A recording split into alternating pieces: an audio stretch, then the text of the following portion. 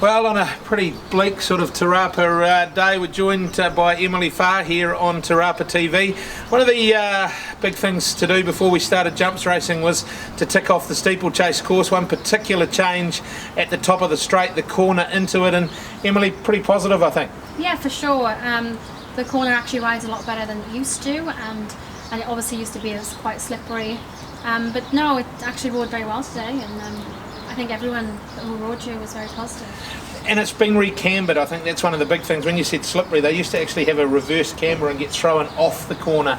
The way the guys have done it now, they actually work with the camber, so that must make a big difference when you're riding it. Yeah, and obviously going race pace, we went quite quick over the last time through the middle, so for it to actually ride as well as it did and then straighten up, and even over the crossings, they rode a lot better than they used to. Great, and the fence down the back was positioned off the inside rail to try and get a better spot into the last fence in the straight, and that certainly worked as well. Yeah, it did, and just obviously the fence is quite open now, and with the wings on both sides rather than being on the rail, the horses do have a good look, which is good then, because you can slow down into the corner and you ride your corner properly. And yeah, the fence on that corner actually jumped really well. Great. The other thing you talked about going into that top corner at some speed on your mate Desert Storm, he's a trick, isn't he? But you're so much time invested in him. I think he ticks all the boxes. He's the be-all. He stays all day. He jumps good. It's just the in-between bits. Yeah, and it's just his mental attitude towards jumping.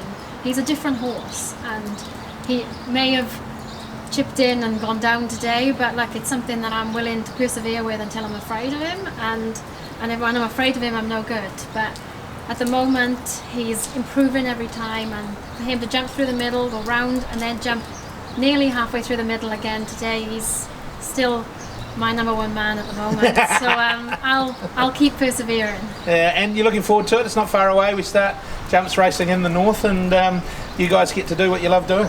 Yeah, I do, and it's always been a big passion of mine, and my mum and dad did it, so they've tried to stop me and failed miserably. So they're back in the UK and they watch from Wales, but I get a phone call every morning after the races, and I'm still in one piece, and touch wood, I hit the ground and I bounce. There's a bit of cushion on me, unlike some of the boys. Not as much as me. I know there's a bit of cushion, but some of the boys haven't, which is unfortunate for them. They have to waste hard, but yeah, it's something that I really enjoy, and I'm not willing to give it up yet. We'll look forward to seeing you back here on the 18th of July, where we kick off the jumps racing for the season here at Te Rapa. Yeah, it's exciting, and the fences jumped really well today, so Great. I couldn't be happier. Fantastic. Thanks, Emily. Thanks.